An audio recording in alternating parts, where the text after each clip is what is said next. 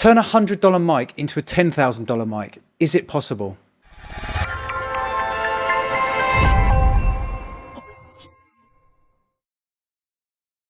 Hi, welcome to the Crates Motel. My name's Conan. In today's video, we're going to be looking at Acustica Audio's new plugin, Lava. It's a microphone modeling plugin, and the boast is that you can take a $100 microphone and make it sound like a $10,000 microphone. Let's jump in. Okay, so here we are in Studio One, and I want to point a few things out first. First, if you watch my videos, you know that I don't do a lot of science. It's more about how it sounds, can you use it, real world situations. Now what I've done is I've recorded two very quick voiceovers in a completely untreated room. There's no EQ or compression or processing whatsoever on these voiceovers. One with the Shure SM58 and one with the Shure SM57. Also, what I want to say is I'm not going to be comparing this. I'm not going to be saying that sounds exactly like a Neumann U67. Because firstly, I don't have the microphones to hand to compare them. Secondly, I don't really go in for the whole software, hardware comparison thing. And thirdly, I don't have the microphones. I don't have any of the microphones, in fact, on the list apart from the SM57 and the SM58. So it's really more going to be about showing what the plugin can do, and then you have to decide yourself from a demo or from buying the plugin whether it does what you want it to do. I really just want to show what the plugin can do. Can it imprint a sound, a vibe, etc. So let's just run through the plugin very quickly. Very simple plugin. I like simple plugins. Input trim, high pass filter, wet dry. They've modeled the proximity effect, and you have oversampling. You can change the size of the GUI. Here you have the source microphone. There's over 100, and you have the microphone that you want to emulate. There's a ton of microphones, and basically what I would imagine they're probably going to do, like Sienna, they're going to probably add more microphones. I hope they do, because I use an Earthworks Icon microphone here, and none of the Earthworks microphones are on there, and there's obviously a whole bunch of other microphones that aren't on there. So I would imagine that over time they'll add more microphones as source microphones, and also as microphones to emulate as well. So let's just jump in. We've got the SM57, we've got the SM58. Like I said, they're raw bones. You know, there's nothing on these whatsoever. So excuse my scrappy, untreated, unprocessed voiceovers. But that's what I wanted to do. I wanted to, you know, take something raw. What's the point in putting it through a whole bunch of processing first? So let's pick the SM57 to start with. Let's do what everyone will instantly do and pick a Neumann. Let's go for the U67 vintage, original 1965. And let's have a listen. So let's have a listen in bypass first. This is a test of the Shure SM57 with Acustica Audio's Lava plugin. As I said, sorry about the voiceover. Let's have a listen to the emulation. This is a test of the Shure SM57 with Acustica Audio's Lava plugin. So immediately you can hear a difference, and it's tubey and it's warm and it has that kind of vintage sound. Let's listen again. This is a test of the Shure SM57 with Acustica Audio's Lava plugin. This is a test of the Shure SM57. Let's change the proximity effect. It basically is going to change the distance that you would be from the microphone, so it would affect the lows, the highs, etc. So let's go all the way. This is a test of the Shure SM57 with Acustica Audio's Lava plugin. This is a test of the Shure SM57 with Acustica Audio's Lava plugin. So I can hear a very subtle difference there. Does it emulate perfectly? The proximity effect, I can't say. But there is a subtle difference. There's a very slight change in the low end, and it sounds a bit more airy. Bit more air. Does that make sense? Airy, is that a word? I don't know. When you step further away from the microphone, which is what you would expect. This is a test of the Shure SM57 with Acustica Audio's Lava plugin. This is a test of the Shure SM57 with Acustica Audio's... So right down at 25, it does sound more like you're right into the microphone. I would say possibly even closer than 25 centimeters if these are in fact accurate measurements. So, you know, you can hear the difference there, you know, which is great. You know, it creates a vibe. Let's have a listen to the 47. probably not going to be as tubey and warm. This is a test of the Shure SM57 with Acustica Audio's Lava plugin. This is a test of the Shure SM57 with Acustica Audio's Lava plugin. So straight away you can hear it's a lot more subtle. Listen to the word 7. What the 47 is known for, or certainly what I think, why I like it, is it imprints a really smooth, creamy, kind of posh edge to vocals especially. I mean, I've only ever used a 47 on vocals. So if you listen to how I say 7, and it does immediately sound kind of, rich and smooth. This is a test of the Shure SM57. You hear that? 7. Let's try and just loop that there. 57, 57. Into bypass. 57. 57, 57, 57. Okay, now listen to it. 57, 57, 57.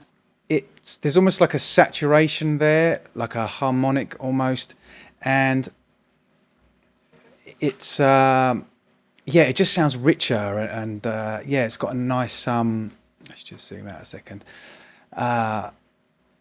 A rich, posh sound to it, I guess would be the best way to describe 57 it. With Acustica Audio. This is a test of the Shure SM57 with Acustica Audio. This is a test of the 57 with Acustica Audio. Yeah, it's a lot more subtle. So let's have a listen to something like the Telefunken 411. I've used one of these before. For me, they're kind of quite nasally, and they kind of almost sound a bit like that kind of BBC broadcaster from the kind of 40s and 50s kind of sound.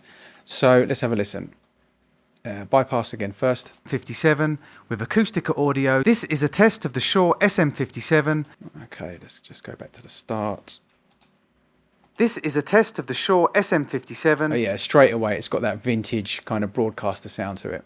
This is a test of the Shure SM57 with Acustica Audio. This is a test of the Shure SM57 with Acustica Audio. Yeah, and bypass again. This is a test of the Shure... Yeah, I mean, that's really, really obvious that there's a difference there. Does it sound exactly like a 411? Again, I can't say, but it does have the vibe from what I remember of a 411. So let's try it out on the Shure SM58, a microphone that probably most of us have used, are using, will use. It's a standard, you know, it's kind of one of those microphones that everyone should own, really. So let's have a listen in bypass. This is a test using the Shure SM58 with Acustica Audio's Lava plugin. So there's a lot more bottom end on it. Like I said, completely unprocessed. No high pass filters, no compression. This is a test.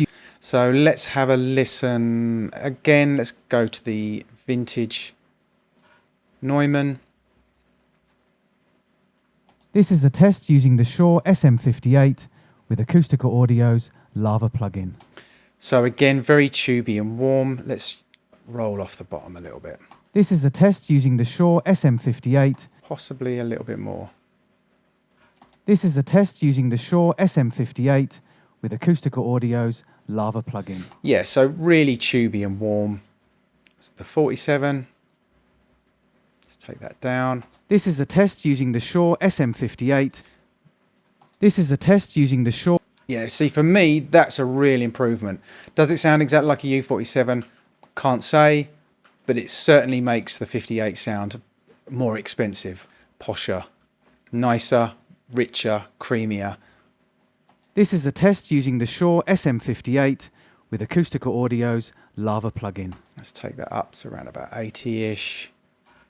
Step away from the microphone a little bit.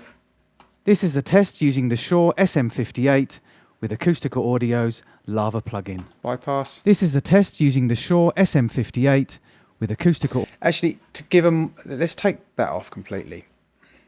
This is a test using the Shure SM58 with Acustica Audio's Lava plugin. There's still, without the high pass filter, a natural roll off on the low end, which is really, it's a really, really nice sound. Let's go bypass again. This is a test using the Shure SM58. Bit muddy. And then... This is a test using the Shure SM58 with Acustica Audio's Lava plugin. Now, you could argue that you could just do that with EQ. But I do feel this imprints I like that. I like the U47. Let's have a listen to the 58 through the 411. This is a test using the Shure SM58 with Acustica Audio's Lava plugin.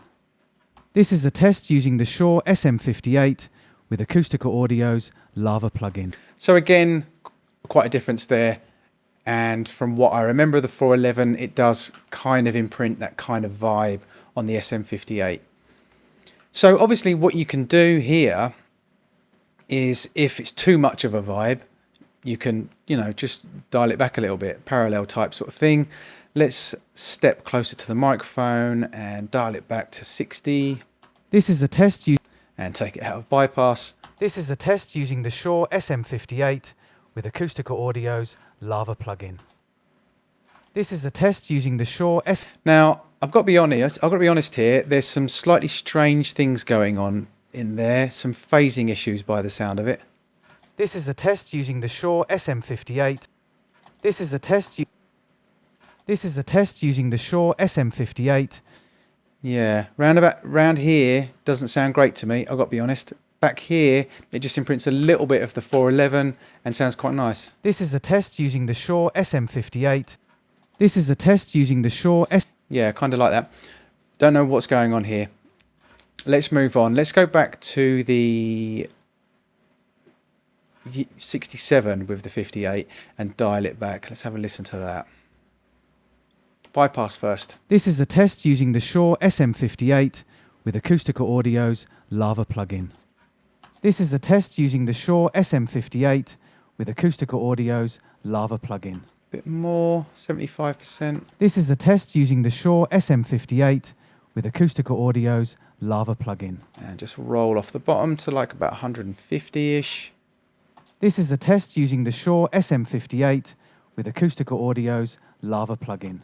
This is a test using the Shure SM58 with Acustica Audio's Lava plugin. So it's imprinted that kind of vintage 67 vibe, and you know, from what they say here, it is an original 65 vintage. I mean, I don't know how much.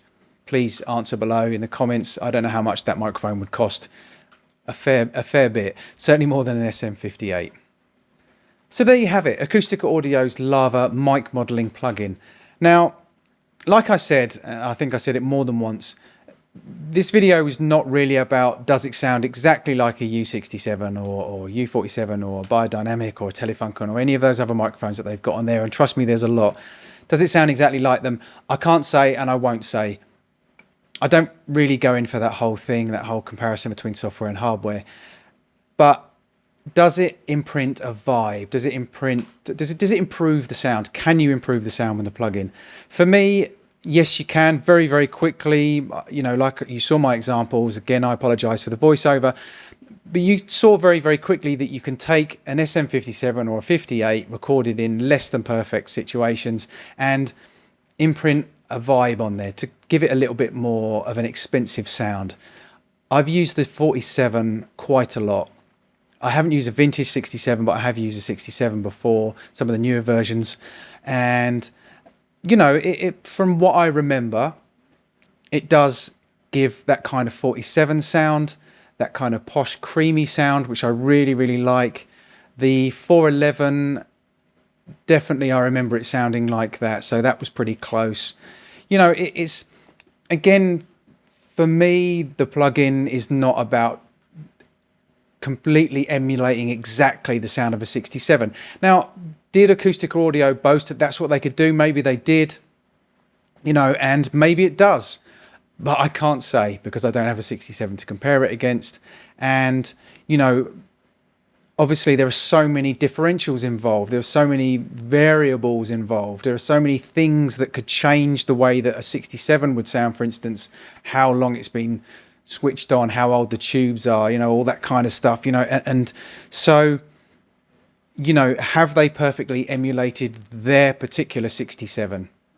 I'm sure they probably have. I don't know, again, like I said. But really what it's about, you know, taking away the science, because I'm starting to get into it a little bit there and I don't really want to. Does it you know, can you use the plugin and imprint a kind of sound? Is it useful? Yes, it is to me. I like it. Very low on CPU for an Acustica audio. I think it was around about 2%, something like that. And I have noticed more recently a lot of the Acustica audio plugins with their newer engine, they are less hungry on CPU. There's also a zero latency version available. I haven't tried it out. I don't tend to use zero latency, just purely because as a mastering engineer and a mixing engineer, I don't tend to have any use for it. I don't record. And if I do, I add it on later on. So, but I'm sure it's great. Probably a little bit more CPU hungry, but you know, yeah, it's decent. You know, I've used a few microphone modeling plugins in my many years as a sound engineer, and most of them have been pretty terrible. This one, yeah, you know, it definitely gives you that vibe. So thanks for watching. Please subscribe for more mixing and mastering tutorials and reviews. This is the Crates Motel. My name's Conan. Till next time.